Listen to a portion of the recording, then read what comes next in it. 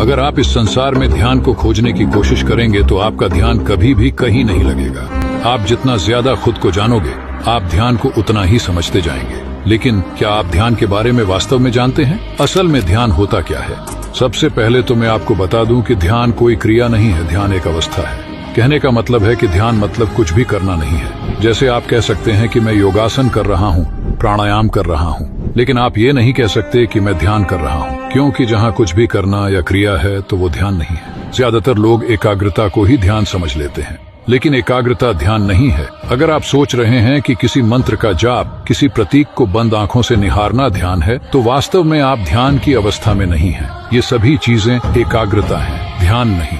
जब आप अपने सारे एफर्ट्स को छोड़ देते हैं तो ध्यान वहाँ से शुरू होता है। इसके लिए आपको खुद के प्रति अवेयर और कॉन्शियस होना पड़ेगा। अगर आप कॉन्शियसनेस यानी चेतना की जागी हुई अवस्था के प्रति अगर आप अवेयर हैं तो आप ध्यान में हैं। मतलब कोई भी काम बेहोशी में ना हो। इसे ऐसे समझें, अगर आप ऑफिस का काम कर रहे हैं या क्रिकेट खेल रहे हैं तो कोई भी काम बेहोशी में नहीं करते हैं। इस दौरान आप पूरी तरह से जागे हुए हैं। अगर आप होशपूर्वक हैं तो इसका मतलब आप ध्यान में हैं। होश की ये सतत अवस्था जब आपका स्वभाव बन जाती है, मतलब आप हर चीज के प्रति होशपूर्वक हैं, तो हर पल हर क्षण आप ध्यान में ही हैं। तो ध्यान का मतलब कुछ करना नहीं होता है। इसका अर्थ है जागरूकता के साथ, होश के साथ जीना।